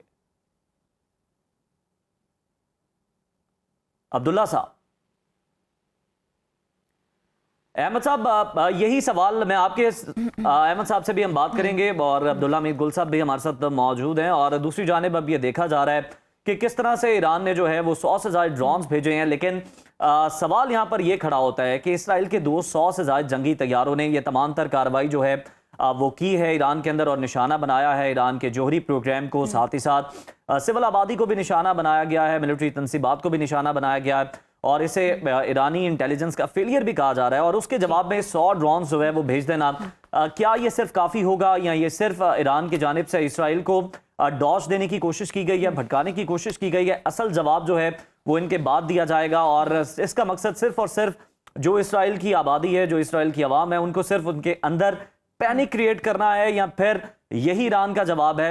इस बारे में अभी कुछ भी कहना कबल वक्त होगा, क्योंकि ईरान की जानिब से भरपूर तैयारी है और उसके दावे भी किए जा रहे हैं। तैयारी भी है, और अहमद अल-अरबी साहब ने बड़ा अहम पॉइंट उठाया कि जिस तरह से हमने देखा है कि माजी में ईरान को रिटेलिएट करना चाहिए था, ईरान ने नहीं किया। अब की बार देखना है कि ईरान क्या करता है। लेकिन अमेरिका के जो सदर हैं ट्रंप साहब, उनका एक अहम बयान सामने आया है।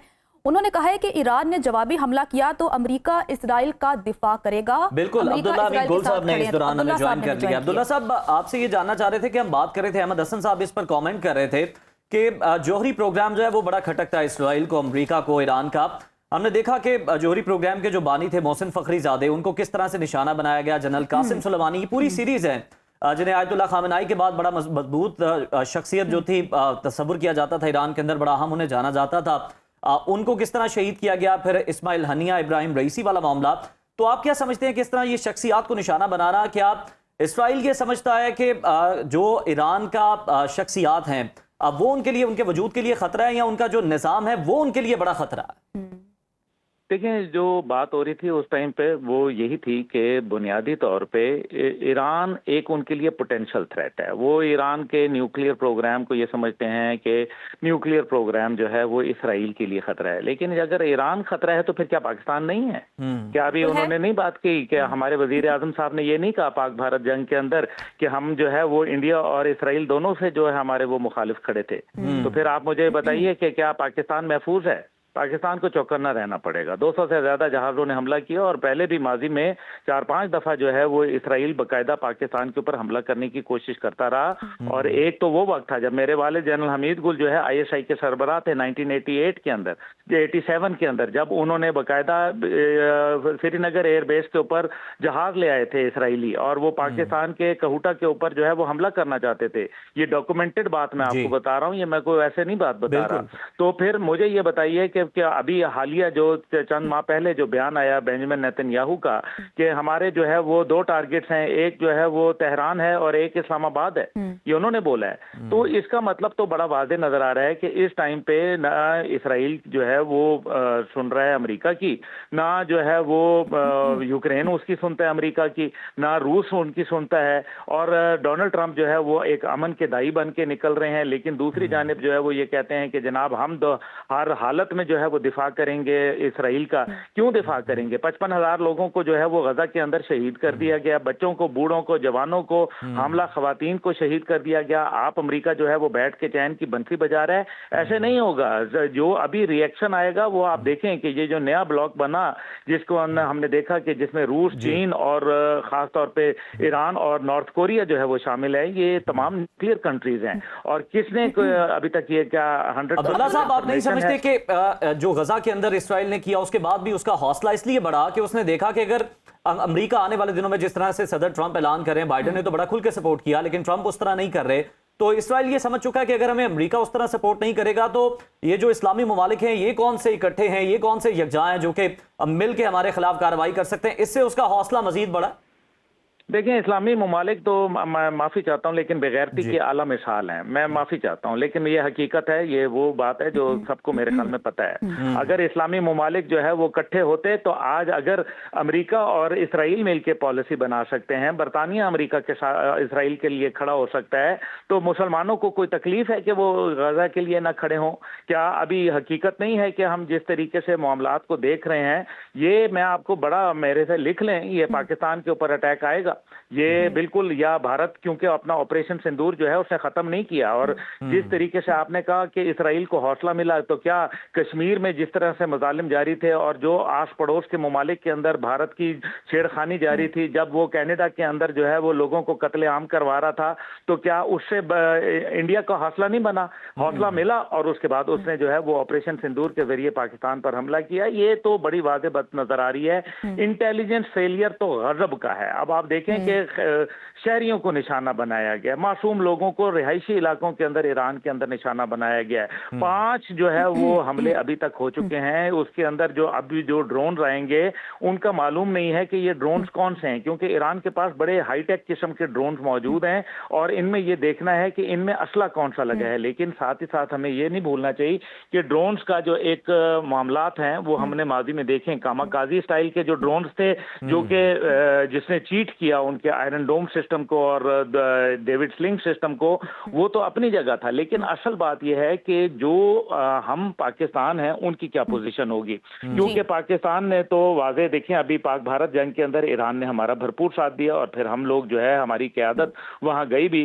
अब इस मामले के अंदर पाकिस्तान कैसे खड़ा होगा? सिफारती तौर पर क्या कर सकते हैं? जैसे कि हम कह रहे हैं कि जो इजराइल है उसकी जंगी कार्रवाइयों में मुसलसल इजाफा ही हो रहा है। हालांकि पूरी दुनिया जो है, जो मुहज़्ज़ब ममालिक हैं, वो तो नेतन्याहू के खिलाफ खुलकर बात कर रहे हैं, लेकिन अमली तौर पर नेतन्याहू के खिलाफ कुछ भी नहीं कर पा रहे। क्या ईरान सिफारती तौर पर बहुत कमजोर हो चुका है या अकेला हो चुका है कि इतने बड़े बड़े इंटेलिजेंस फेलियर्स हो रहे हैं? सिफारती सतह के ऊपर तो देखें कौन सा मुल्क है जो मां सवाए अमेरिका जिसके साथ खड़ा है वही सिफारती तौर पर मजबूत है। बाकी तो कोई मुल्क सिफारती तौर के ऊपर क्या, पाकिस्तान के मामले पे देख लें आपने, जो है 70 साल हो गए कि हमारी करारदादें यूनाइटेड नेशन में पड़ी हुई हैं, सड़ रही हैं, कश्मीरियों का कत्लेआम हो रहा है, 2.5 लाख से ज्यादा कश्मीरी जो है वो शहीद कर दिए गए, दुनिया की सबसे बड़ी जेल बना दिया गया। तो क्या सिफारती सतह के ऊपर हुआ? किसी ने सिखों के ऊपर अभी हमला हुआ, 6 बैलिस्टिक मिसाइल उन्होंने अमृतसर के अंदर मारे। किसी ने जबान खोली के अकलियतों के ऊपर बैलिस्टिक मिसाइल से हमला कर रहे हो? किसी ने इंडिया को कुछ बोला? आप लोग जो है वो असल में ख्वाब खरगोश से पता नहीं कब बेदार होंगे कि जब वो आपके ऊपर पानी उन्होंने बंद कर दिया। वर्ल्ड बैंक ने कोई वार्निंग इशू की है भारत को कि आपने पाकिस्तान का पानी बंद करके जो है इंटरनेशनल कवानीन की और वर्ल्ड बैंक के कवानीन की खिलाफ वर्जी की? एक वार्निंग उन्होंने इशू नहीं की। ये आलमी कवानीन उनके साथ हैं जो बीबी जो इस टाइम पे ताकत जबरदस्त का ठेंगा सर के ऊपर, सीधी सी बात है। उन्होंने हमला किया है, वो मजीद हमले करेंगे, उनको तो इससे पूरे खित्ते के अंदर आग लगाई है। अगर हम अपने खित्ते की बात करें, रशिया, चाइना, वो कहां स्टैंड कर रहे हैं फिर? हाँ, रशिया चाइना को अब मेरे ख्याल में कोई पोजीशन लेनी पड़ जाएगी, क्योंकि ईरान के ऊपर हमला जो है वो मेरे ख्याल में, क्योंकि जिस तरीके से अभी हालिया रशिया जो यूक्रेन वॉर हुई उसके अंदर जिस तरीके से आर्टिलरी शेल्स जो है वो प्रोवाइड किए ईरान की जानिब से, कुछ कामाकाजी स्टाइल के ड्रोन्स प्रोवाइड किए, लेकिन साथ ही साथ ये है कि जो अमली तौर पर रशिया जो है वो यूक्रेन में फंसा हुआ है, और अभी जो उसके ऊपर यूक्रेन ने हमला किया और जिसके अंदर उनके जहाजों को निशाना बनाया गया, बमबार तैयारों को, तो फिर इसका मतलब यह है कि वो टेक्नोलॉजी सदर ज़ेलेंस्की के पास तो थी नहीं, ये तो टेक्नोलॉजी थी सिर्फ और सिर्फ अमेरिका और बरतानिया के पास।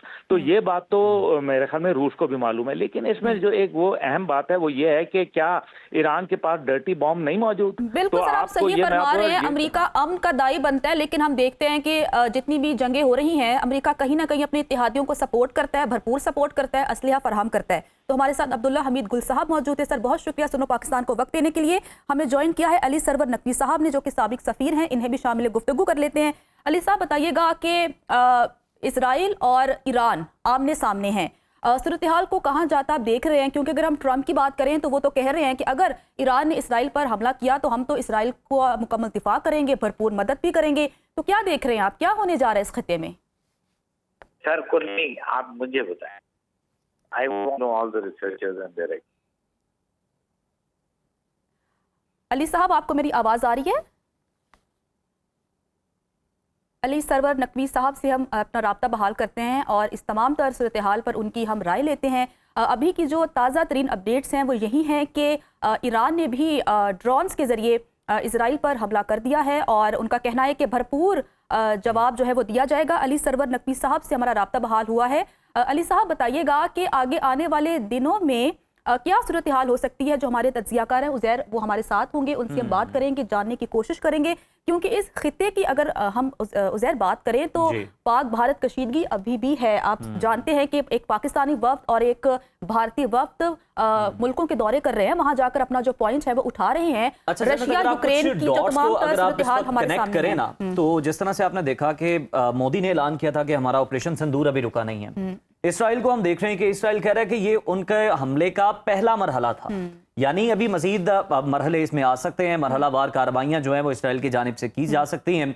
और बिलावल भुट्टो साहब ने बड़ी अच्छी जो है ना वो तस्वीर कशी की है। उन्होंने बताया कि नेतन्याहू की सस्ती कॉपी उनको करार दिया। हाँ, कॉपी का है। हाँ, बिल्कुल, उन्होंने कॉपी करार दिया है मोदी को। तो अली सरवर नकवी साहब से पॉलिसी भी एक तरह की है, बिल्कुल, और पूरी दुनिया जानती है, दोनों एक ही तरह की चीजें कर रहे हैं, अक़लियतों के खिलाफ जो बुग़्ज़ है वो दोनों ही रखते हैं। तो हमें अली सरवर नकवी साहब ने ज्वाइन कर लिया है, उनसे बात करते हैं और उनकी राय लेते हैं। अली साहब, बताइएगा कि इसराइल पर पहले ईरान ने हमला किया, ईरान ने जवाबी हमला कर दिया है, ड्रोन से हमला किया है, लेकिन उनका कहना है कि इससे बड़ा हमला हम करेंगे। मुमकिना तौर पर ईरान इसराइल पर क्या हमला कर सकता है? हेलो सर, आपको आवाज आ रही है? आप सुन पा रहे हैं मुझे? जी, आपका वो मैंने सुना, आप थोड़ा सा मगर क्लियर नहीं हुआ, आपका सवाल क्या है? सर, जो मौजूदा सूरत हाल चल रही है ईरान और इसराइल के दरमियान, उस बारे में आपका तबसरा चाहती हूँ कि आगे आने वाले दिनों में मुमकिना तौर पर ईरान इसराइल पर हमला कर सकता है। वैसे तो ड्रोन अटैक कर दिया है, इसके अलावा ईरान टारगेटेड हमला क्या कर सकता है इसराइल पर? देखिए, पहले तो आप ये देखिए कि ईरान के ऊपर हमला हुआ है, ठीक है, बिल्कुल, तो इसराइल आगे क्या कर सकता है पहले उसको देखना है। अब इसराइल जो है ईरान पे हमला उसने किया है और ईरान ने कुछ उसका जवाब दिया है। इसमें मसले, ये दोनों मसला ऐसा है कि ये बातें आगे बढ़ सकती हैं। इसराइल ईरान के एटमी तंसीबात पे हमला करना चाहता है, लेकिन मैं नहीं समझता कि वो उसके एटमी तंसीबात पे वो कामयाब होगा, क्योंकि ईरान के एटमी इंस्टॉलेशंस और फैसिलिटीज अंडरग्राउंड है और बहुत मुश्किल है किसी का वहां पहुंचना। दूसरे, अमेरिका ने उनको सपोर्ट इसराइल को नहीं दी है। अमेरिका मेंटेन कर रहा है कि वो उसका उसमें कोई दखल नहीं है, हालांकि पसे पर्दा उनका जरूर इन्वॉल्वमेंट रहा होगा और रहेगा। तो मशरिक वस्ता के मुख्तलिफ ममालिक भी वो ईरान को सपोर्ट अगर नहीं करेंगे तो इजराइल को तो सपोर्ट करना उनके लिए बहुत ही गैर मुनासिब है, लेकिन उसके लिए भी हमें तैयार रहना चाहिए। जहां तक पाकिस्तान का सवाल है, पाकिस्तान इजराइल की सपोर्ट तो नहीं कर सकता है, पाकिस्तान इजराइल की हिमायत नहीं कर सकता है। तो पाकिस्तान को चाहिए कि वो कम से कम ईरान को मॉरल सपोर्ट दे, अखलाकी हिमायत का इजहार करे, बल्कि उसका ऐलान करे। बिल्कुल, हिमायत का ऐलान जो है वो करना बड़ा ज़रूरी है इस मौके पर। बहुत शुक्रिया अली सरवर नकवी साहब, आप हमारे साथ मौजूद थे, अपना तज्जिया दे रहे थे। अहमद हसन साहब हमारे साथ मौजूद है। अहमद हसन साहब, जिस तरह से हम देख रहे हैं कि ये दावा किया जा रहा है कि जौहरी जो प्रोग्राम है ईरान का उसको निशाना बनाया गया, उसकी तस्दीक भी की जा रही है आलमी इदारे की जानिब से, तो क्या आपको लगता है कि जितना ईरान का ये सिस्टम महफूज था, जितना वो वीडियोज़ में दिखाया जाता है, जिस कदर वो ज़ेरे ज़मीन है कि वहाँ तक कोई मिसाइल्स नहीं पहुँच सकते, क्या वाकई जो जौहरी तंसीबात हैं ईरान की, उनको टारगेट किया है, को बड़े पैमाने पर नुकसान पहुंचाने में इसराइल कामयाब हो सका है? देखिए, इस वक्त जो ज्यादातर आप जो मीडिया के ऊपर देख रहे हैं, रिपोर्ट्स देख रहे हैं नुकसान की जो ईरान को हुआ है जी, वो ज्यादातर वेस्टर्न सोर्सेज की वजह की तरफ से न्यूज आई हुई है, और ज्यादातर उनकी इंक्लिनेशन इसराइल के नैरेटिव, क्योंकि नैरेटिव डोमेन में जब अटैक किए जिस मुल्क ने, तो शुरू में उन्होंने ही फिर पूरी दुनिया के सामने रखा कि हमने इसको अटैक किया, इसको अटैक किया और इसको अटैक किया। सो इस वक्त जो रिपोर्ट्स सामने आई हैं वो ज्यादातर प्रो इसराइल, यानी जिनकी इंक्लिनेशन इसराइल की तरफ है, उन सोर्सेज की तरफ से है। So will have to wait from the Iranian sources, उसको कंफर्म करेंगे, डेटा और एविडेंस आएगा, फैक्ट सामने आएंगे, इमेजेस, वीडियोस वगैरह सामने आएंगे, फिर कंफर्मेशन हो सकती है कि एग्जैक्टली हुआ क्या है। लेकिन अभी जो नॉइस आपको नजर आ रही है वो ज्यादातर प्रो इसराइली कॉर्नर्स की तरफ से आ रही है। डेफिनेटली अटैक हुए, डेफिनेटली उनकी बहुत ज्यादा इसराइल के लॉसेस हुए हैं, डेफिनेटली उनकी लीडरशिप, मिलिट्री लीडरशिप जो है वो शहीद हुए हैं, उनके इंपॉर्टेंट फिगर्स जो हैं इस हमले, इस अटैक के अंदर मारे गए हैं, उनके इंपॉर्टेंट मिलिट्री इंस्टॉलेशंस के ऊपर हमला हुआ है। लेकिन प्रिसाइसली क्या हुआ है उसके लिए I think it would be better कि हम थोड़ा वेट कर लें ईरानियन सोर्सेज और न्यूट्रल सोर्सेज का। अच्छा सर, अगर हम मिडिल ईस्ट की बात करें, इससे पहले भी आपने तमाम तर सूरत हाल के हवाले से आगाह किया था कि मिडिल ईस्ट में बेसिकली क्या चल रहा है। ईरान क्या मजबूत जवाब दे सकता है? क्योंकि हम देख रहे हैं सीरिया में भी जो मौजूदा सरबराह हैं, ट्रम्प की मुलाकात हुई है और उन्होंने कहा कि बहुत अच्छे वो इंसान हैं। तो आपको लगता है कि इस वक्त ईरान के पीछे कोई मुल्क खड़ा है अमली तौर पर, मैं बयानात की बात नहीं कर रही, अमली तौर पर जो सपोर्ट फराहम कर सके ईरान को? जी देखें, इसमें मैं आपको ना एक छोटा सा एक वाकया सुनाऊंगा आपसे। कुछ अर्सा पहले व्लादिमीर पुतिन के एडवाइजर हैं अलेक्जेंडर ड्यूगिन। सो अलेक्जेंडर ड्यूगिन ने एक जो गाजा का कॉन्फ्लिक्ट था और जो मुसलमानों के ऊपर, सीरिया के ऊपर जो हमला किया था इसराइल ने, और फिर उसके बाद पूरे मिडल ईस्ट के अंदर जो तबाही कर रहे थे, तो किसी ने अलेक्जेंडर ड्यूगिन से पूछा कि आप मुस्लिम वर्ल्ड को सपोर्ट करेंगे या नहीं करेंगे, आप क्यों नहीं कर रहे अभी तक सपोर्ट रशिया? तो उसने आगे से जवाब दिया था कि रशिया सपोर्ट तब करेगा जब ये कुछ इनिशिएटिव लेंगे, जब वो ये जंग जो है ये मुसलमानों ने लड़नी है, रशिया ने सपोर्ट करना है। लेकिन जब वो तो ईरान अब जो रिजॉल्व शो करेगा, ईरान जिस तरीके से रिटेलिएट करेगा अब इसराइल के खिलाफ, जितना पावरफुल होगा उतनी ज्यादा सपोर्ट ईरान को दुनिया से मिलेगी। तो सर, ये सपोर्ट ईरान को रशिया से तो मिलेगी अगर ईरान इनिशिएट करता है। रशिया के अलावा चाइना कहाँ पर स्टैंड करता है, क्योंकि चाइना एक बहुत बड़ी पावर है इस खत्ते की?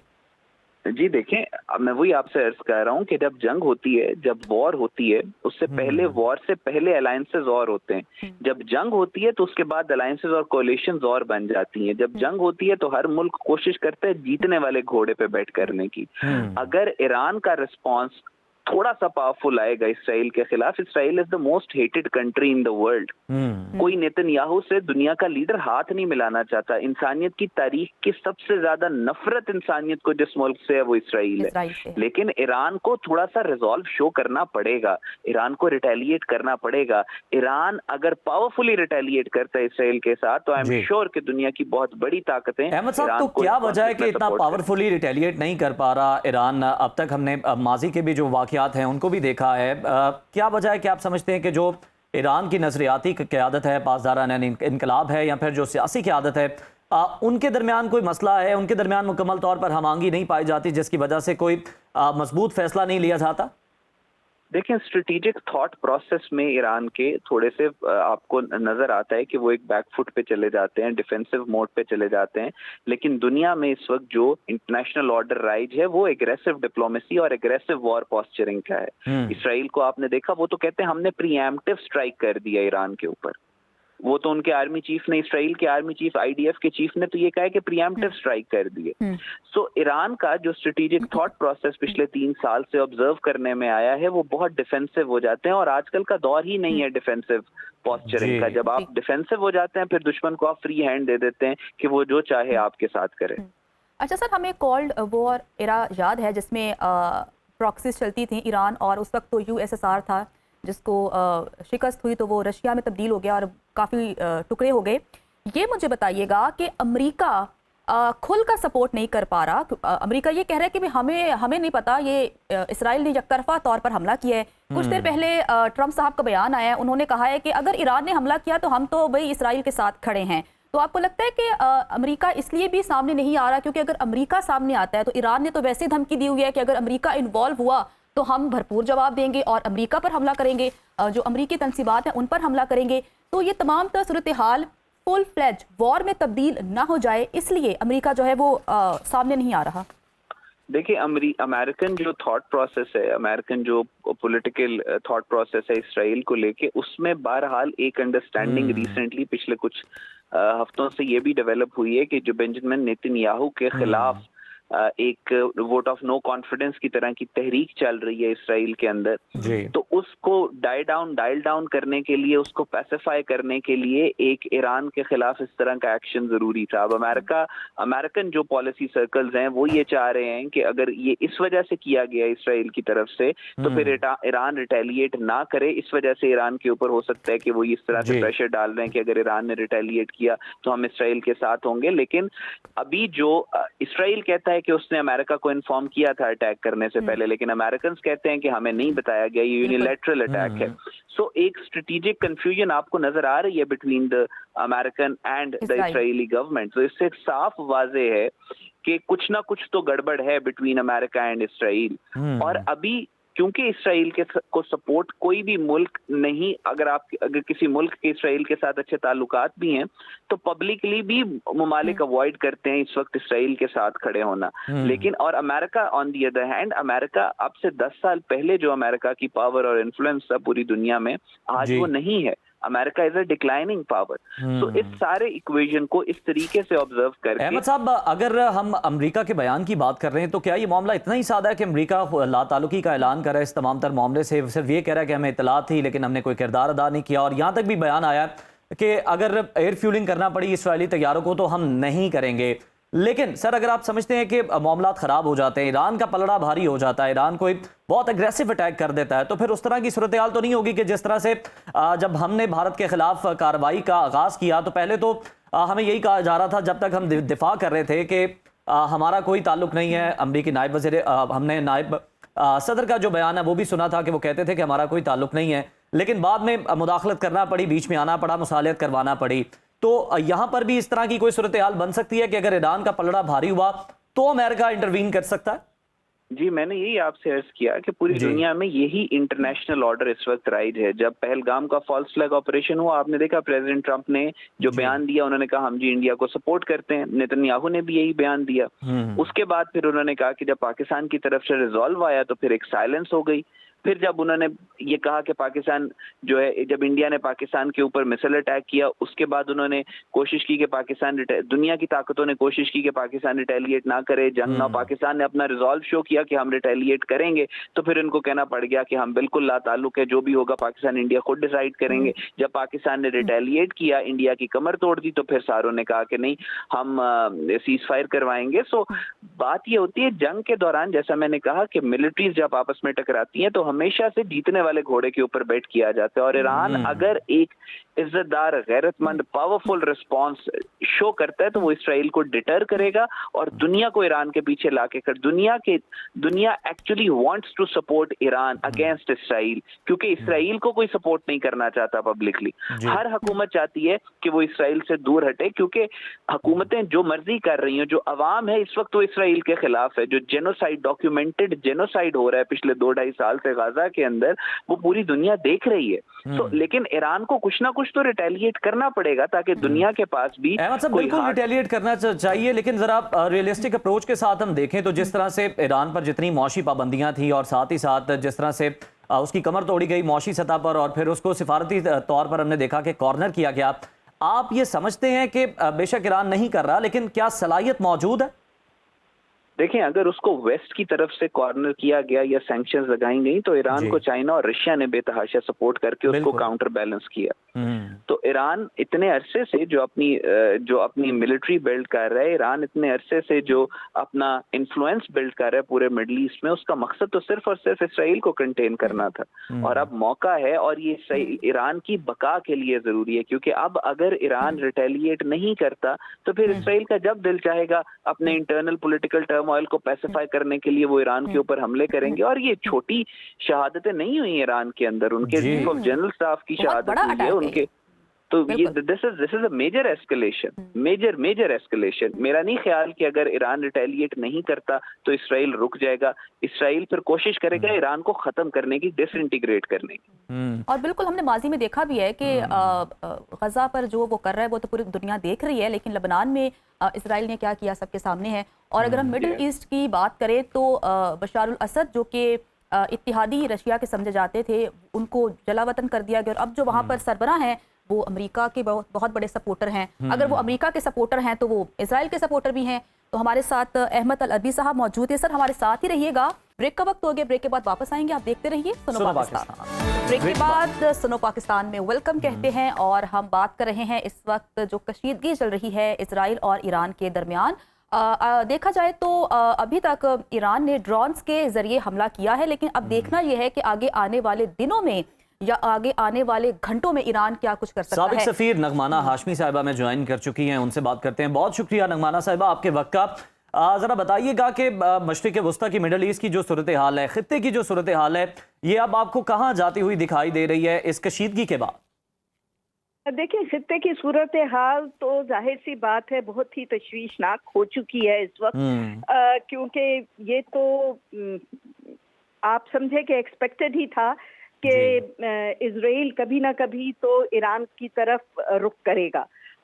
और लेकिन फौरन इस वक्त naturally is quite a surprise, क्योंकि ईरान के और अमेरिका के ऑलरेडी न्यूक्लियर टॉक्स जो हैं वो 2 दिन के बाद संडे को होने जा रही थी।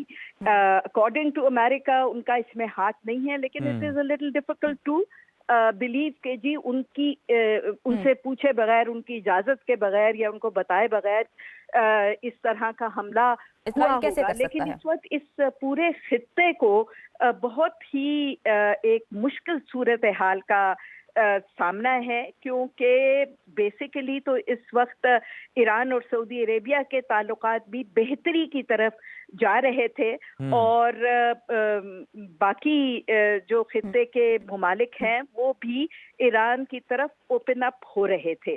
तो अब इस हमले के बाद जो बहुत ही कंडेमनेबल है, ऑफ कोर्स ये हम नहीं इसको कंडोन कर सकते कि कोई भी मुल्क उठ के किसी दूसरे मुल्क के ऊपर अपनी मर्जी से हमला कर दे और फिर कहे कि जी अगर आपने जवाब दिया तो हम और हमले करेंगे। ये तो इंडिया वाला एटीट्यूड है कि जी एक न्यू नॉर्मल बना दें जो हर इंटरनेशनल रूल रेगुलेशन की खिलाफ वर्जी है। लेकिन अब देखना ये है कि क्या खित्ते के बाकी ममालिक, बिल्कुल आपने खित्ते के बाकी ममालिक की बात की, नगमाना हाशमी साहब, डिवाइड हो जाते हैं। नगमाना हाशमी साहिबा, आपने खित्ते के दीगर ममालिक की बात की है। जैसा कि हम पहले भी डिस्कस कर रहे थे कि अगर ईरान तगड़ा जवाब देता है इसराइल को तो जो बाकी ममालिक हैं वो इसराइल के खिलाफ खड़े हो जाएंगे, क्योंकि हेटरेट तो नेतन्याहू के खिलाफ पूरी दुनिया में मौजूद है। तो आपको लगता है कि अगर ईरान ने वाकई में तगड़ा जवाब दिया, रिटेलिएट किया, तो दुनिया के बाकी ममालिक भी खड़े होंगे और कहीं ना कहीं इसराइल को पीछे हटना ही पड़ेगा?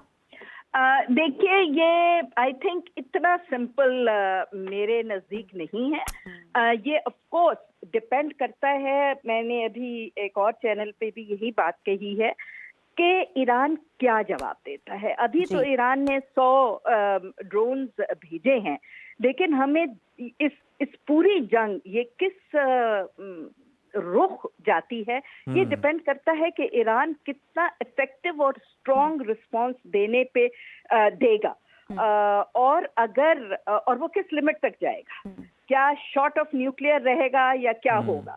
तो उससे फिर ये सारी जो अगली बातें आप कर रही हैं उनका तयन होगा। अगर ईरान बहुत स्ट्रॉन्ग जवाब देता है तो जाहिर सी बात है वो मुमालिक जो बहुत ही सॉर्ट ऑफ अलाइन नहीं है एक तरफ या दूसरी तरफ, वो तो डेफिनेटली उनको तकवीत भी मिलेगी और वो ईरान की सपोर्ट भी करेंगे।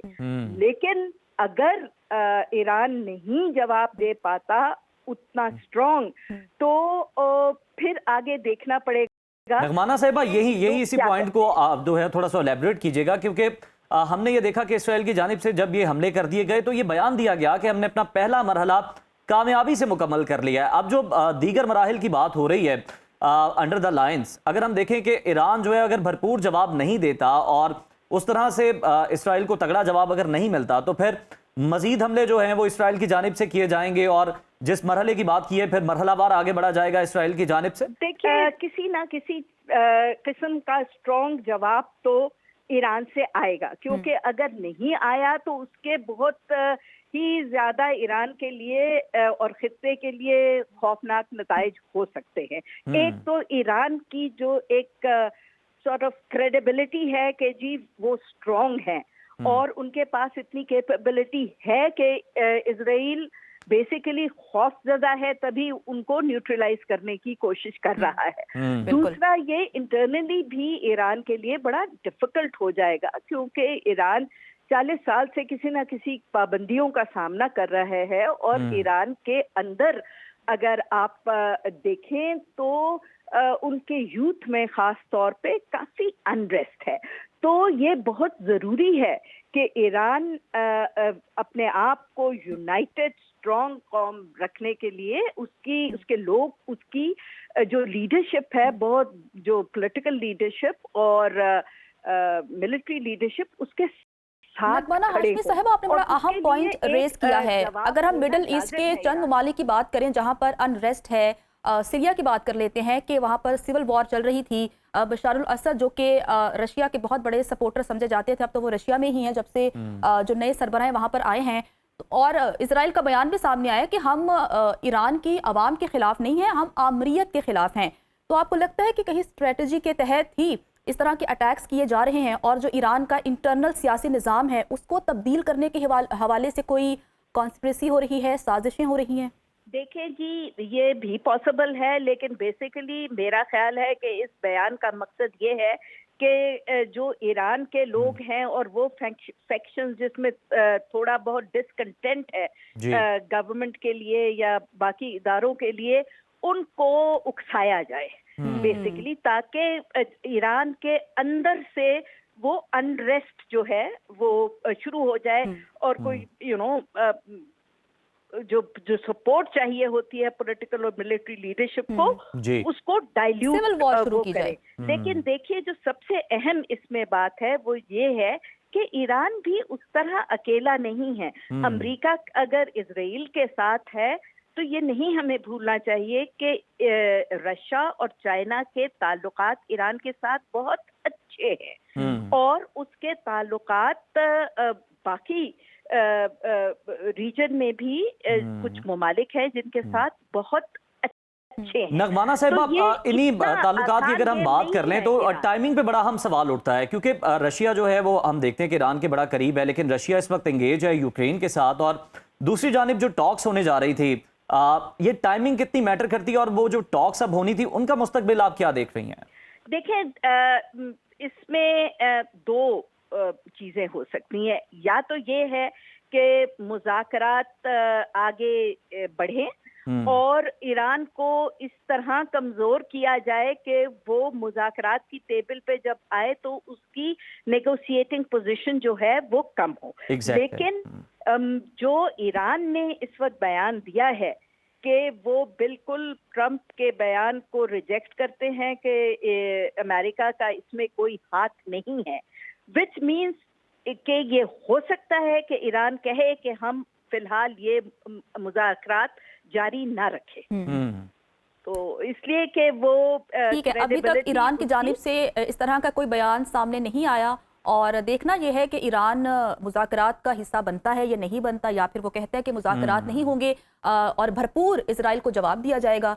ये तो आने वाले घंटों में या चंद दिनों में मालूम होगा कि मशरिक़ वुस्ता की और मिडल ईस्ट की क्या सूरत हाल बनती है। और जैसे कि उन्होंने कहा कि जो सऊदी अरब और ईरान है उनके दरमियान भी ताल्लुकात बहुत अच्छे हो रहे हैं, बिल्कुल बर्फ पिघल रही थी और अब जो है अब सूरत हाल जब बदलेगी तो अगर खुदा ना खास्ता वॉर की तरफ जाते हैं तो फिर नई सफबंदियां भी जनत हमें देखने को मिलेंगी। लेकिन हम होप यही करते हैं, उम्मीद यही करते हैं कि खत्ते में अमन हो, मिडल ईस्ट के अंदर अमन हो, पूरी दुनिया में अमन हो। लेकिन ये नहीं हो सकता कि इसराइल जहां चाहे जब चाहे किसी भी मुल्क के अंदर दरअंदाजी करके निशाना बनाए और फिर जब उसको जवाब देने का वक्त आए तो तमाम ममालिक इंटरवीन करें, अमेरिका इंटरवीन करे और उनके हाथ नेतन्याहू को तो लगाम डालना बहुत जरूरी है। और जितने भी मुहज़्ज़ब ममालिक हैं, पूरी दुनिया है, उसे देखना होगा, परखना होगा कि एक शख्स के सर पर, दिमाग पर जंगी जुनून सवार है और एक, मैं तो उसे मुजरिम कहूंगी। इसी बात का ये सबूत है कि पूरी दुनिया जो है, जितने मुहज़्ज़ब ममालिक है, नापसंदीदा शख्सियत समझा जाता है। आपसे कोई हाथ मिलाना पसंद नहीं करता, पूरी दुनिया में आपके खिलाफ एहतजाज हो रहे हैं। लेकिन सवाल फिर भी है कि फिर भी नेतन्याहू बाज नहीं आ रहा और अमेरिका को भी सोचना होगा। अमेरिका अमन का दाई बनता है और ट्रंप साहब तो खुद को डील मेकर कहते हैं कि बहुत अच्छी डील करते हैं। लेकिन प्रोग्राम का यहाँ पर इख्तिताम होता है, इख्तिताम करते हैं, मुलाकात होगी इंशाल्लाह पीर को। इजाजत दीजिए, अल्लाह हाफ़िज़।